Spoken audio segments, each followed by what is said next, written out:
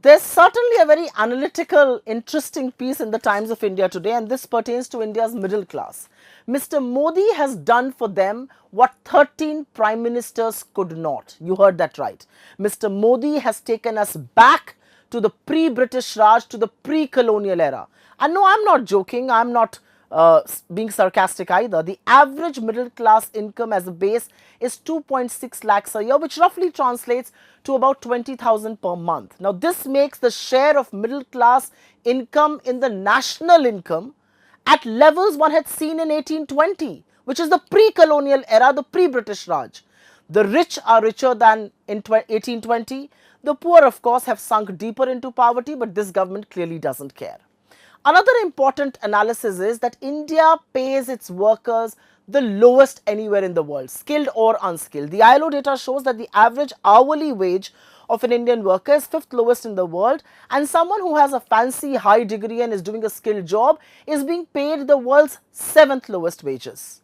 Now, an interesting analysis that I came across is, what is middle class India spending on? And this is an eye-opener.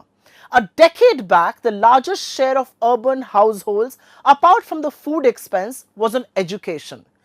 Today, the largest expense, apart from food, is on transportation. Just to get from one place to the other, that gives you a sense of how steeply priced fuel prices are in this country.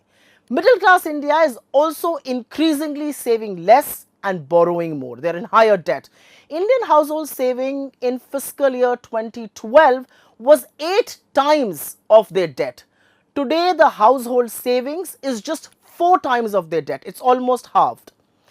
An interesting factoid, and this is something that I came across and I thought one should share here, is how long would it take to pay for a house, a car and an iPhone? Now let's look at house prices. If average income is 22,000 rupees, a house in Delhi for instance, the average price would be 10,000 square feet. You buy a basic unit of 1,000 square feet, it will cost you 1 crore rupees.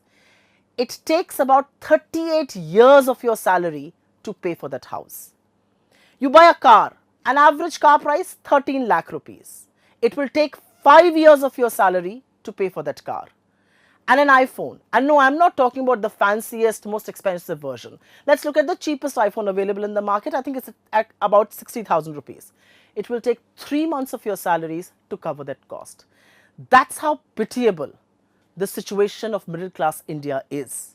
And which is why you see the government talk about every other thing other than economy, other than jobs, other than wages, because this is all weapons of mass distraction.